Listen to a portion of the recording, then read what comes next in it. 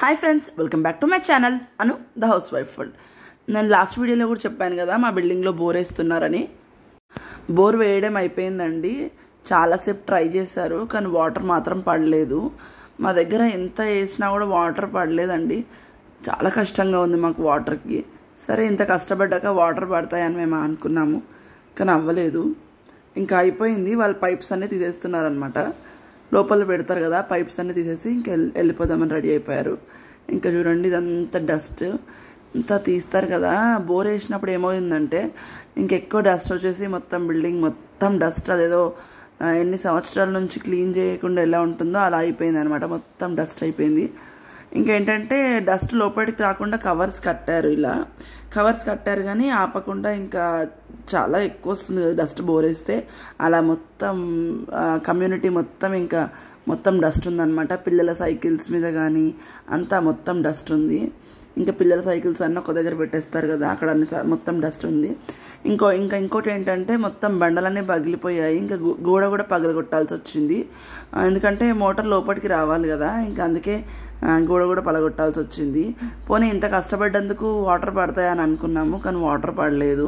చూడండి, ప్రతి ఒక్క బండి అంతా పగిలిపోయింది. ఇంకా చూడండి, అన్ని పైప్స్ కూడా తీసుకెళ్ళిపోతున్నారు. వాళ్ళు రిటర్న్ వెళ్ళడానికి కూడా రెడీ అయిపోయారనమాట. ఇంత పెద్దది ఉంది కదా, ఇది లోపలికి తీసుకురావడానికి కొంచెం కష్టంగా ఉంటుంది. అందుకే ఫస్ట్ గోడ కూడా పలగొట్టేశారు. అది అంత పెద్ద వెహికల్ కదా, లోపలికి వచ్చేటప్పుడు ఈ బండలు కూడా పగిలిపోయాయి అనమాట. చూడండి, ఇక్కడ అన్నీ మొత్తం బండలన్నీ పగిలిపోయాయి.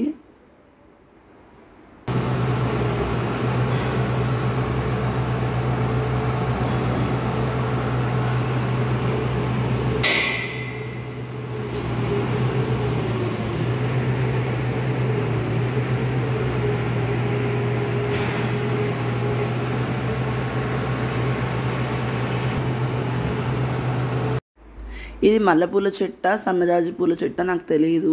చాలా బాగా పెరిగింది. ఇంత డస్ట్ వచ్చి పడ్డా కూడా చెట్టు మాత్రం అలాగే ఉంది. మంచిగా పాకుతుందండి.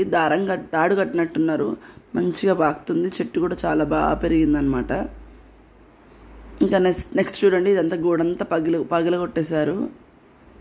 ఇంత చేశాక గోడ పగలగొట్టాక ఇదంతా చేశాక కూడా నీళ్లు పడితే సంతోషంగా అనిపించేది, కాకపోతే పడలేదు. గోడంతా పగిలిపోయిందనమాట. ఇదేంటంటే జనరేటర్తోనే వాళ్ళు బోర్ వేస్తారు కదా. ఇంకా ఇక్కడ ఏంటంటే వాళ్ళు 2 days నుంచి ఇక్కడే ఉన్నారు, అక్కడ వండుకున్నట్టున్నారు. నేను 2 days నుంచి కూడా కిందికి రాలేదు. ఇవాళ కిందికి వచ్చి మొత్తం చూస్తున్నాను అసలు ఎలా వేశారు ఏంటని. ఇంకా గోడ కూడా పగిలిపోయింది. ఇది కూడా మొత్తం కన్స్ట్రక్షన్ చేసుకోవాలి. వాటర్ పడుంటే బాగుండు అనిపించింది నాకు.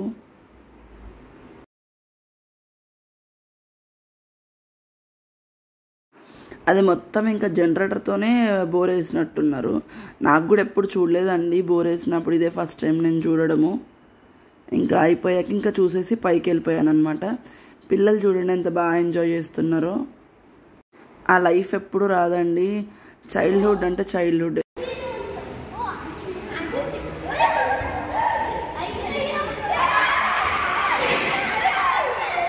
కింద నుంచి పైకి వచ్చాక ఇంకా బిర్యానీ చేశాను అనమాట. ఆ రోజు ఏంటంటే కాజు పన్నీర్ బిర్యానీ చేసిన. పిల్లలకు చాలా ఇష్టము. పిల్లలు అడిగారు అనమాట, మమ్మీ ఏమన్నా స్పెషల్ చేయని. ఇంకా అందుకే బిర్యానీ చేస్తాను. నేను మాత్రం ఎలా దమ్ చేస్తానో చూపిస్తాను మీకు. ఫస్ట్ ఇట్లా పెనం పెట్టుకున్నాను. ప్రాసెస్ మొత్తం చూపించలేదండి, ఓన్లీ దమ్ మాత్రమే చూపించాను. ఒకవేళ మీకు కావాలంటే మాత్రం మొత్తం ప్రాసెస్ చూపిస్తాను. ఇంకేంటంటే అలా పెనం పెట్టేసి పెనం పైన ఇలా కడాయి పెడతాను అనమాట. ఇది లేయర్స్ దమ్ బిర్యానీ కదా, ఒక లేయర్ రైస్, ఒక లేయర్ కర్రీ, ఇంకో లేయర్ రైస్ అనమాట. అలా వేసేసి ఇలా దమ్కి పెడతాను అనమాట. అది సిమ్లో పెట్టేస్తాను అనమాట. ఒక 15-20 minutes వరకు అలా సిమ్లో పెట్టేసి తీస్తాను. ఇంకా దమ్ బిర్యానీ రెడీ అయిపోయింది. చాలా టేస్టీగా వచ్చిందండి దమ్ బిర్యానీ. కాజు పన్నీర్ దమ్ బిర్యానీ అనమాట. రెస్టారెంట్లో ఎలా ఉంటుందో అంత మంచి టేస్ట్ వచ్చింది. చూడండి, మంచిగా లేయర్స్ వేసాను కదా, కొంచెం కర్రీ, అలా గ్రేవీ కూడా చేసుకుంటాం అనమాట. మా పిల్లలకి ఏంటంటే గ్రేవీ లేకపోతే నచ్చదు.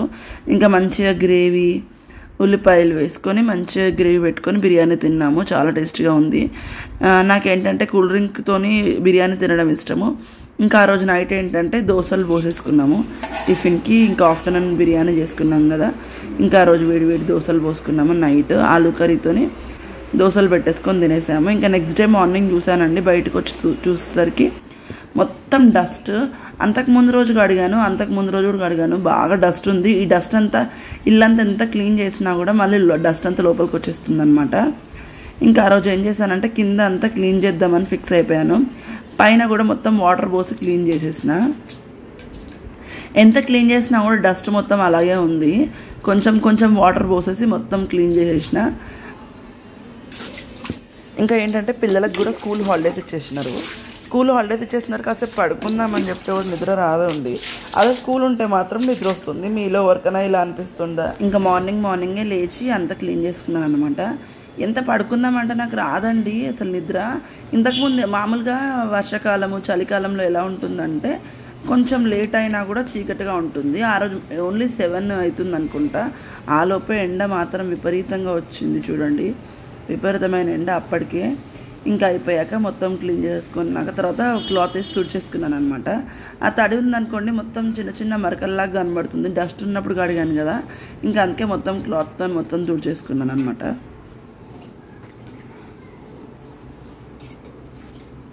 ఇంకా ఒకవేళ కడగకపోతే మాత్రం ఈ డస్ట్ అంతా ఇల్లంతా ఎంత క్లీన్ చేసుకున్నా కూడా ఈ డస్ట్ అంతా లోపలికి వచ్చేస్తుంది అనమాట. ఇంకా పైన అంతా తుడిచేసి వైపర్ పెట్టి క్లీన్ చేస్తాను. ఒకవేళ మీకు ఈ వీడియో నచ్చినట్టయితే please like, share and subscribe. మరొక వీడియోలో మళ్ళీ కలుద్దాం. అంతవరకు బాయ్.